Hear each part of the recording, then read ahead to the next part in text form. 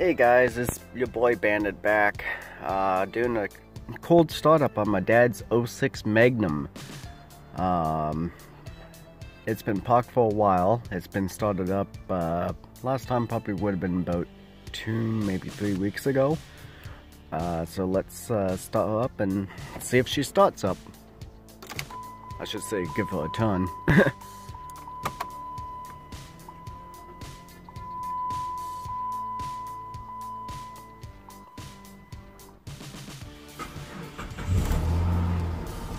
Okay, not too bad. Not too bad indeed. 3/4 of a tank of gas. It's got 247,591 kilometers. Start up pretty quickly, that's pretty good. No engine lights on that I can see, except for the seatbelt light.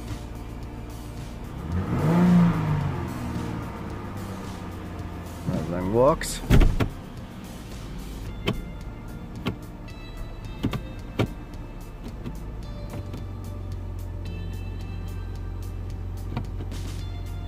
Four, 3, 2, 1. Back up to drive. On neutral technically. Alright, there you go guys. Another startup. Let you see the exhaust. Huh, a lot of water.